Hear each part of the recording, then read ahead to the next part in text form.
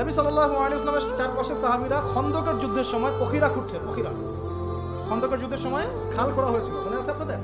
যাতে ওরা আমাদের কাছে আসতে না পারে, খাল খুঁড়ে দেওয়া হয়েছে।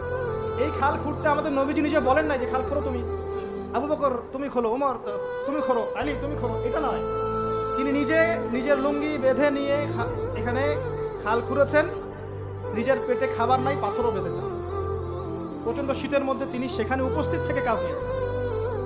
বুঝাতে চাচ্ছি নবী সাল্লাল্লাহু আলাইহি ওয়াসাল্লাম শুধুমাত্র কথা বলেই ক্ষান্ত হতেন না, নিজে করে দেখান। যে কোরআনের দাওয়াত তিনি মানুষকে দিচ্ছেন সেই কোরআন সারা রাত তিলাওয়াত করছেন। যে নামাজের দাওয়াত তিনি মানুষকে দিচ্ছেন সেই নামাজ পড়তে পড়তে তার পা ফুলে যাচ্ছে। এমন না যে নামাজ আপনারা পড়েন, আমি বললাম আমি পড়লাম না, আমি বললাম তাহাজ্জুদ পড়েন, আমি পড়ি না, আমি বললাম আপনারা বেশি বেশি নামাজ পড়েন, আমি নিজেই পড়ি না, এমন নেতা তিনি ছিলেন না। এখন আপনি মেলান থেকে আশপাশে কথা কাজে মিল আছে এমন নেতা কোথায় পাবেন? কয়জন পাবেন? নিজে খালি বলছি মানুষকে, নিজে করে দেখাচ্ছে কত।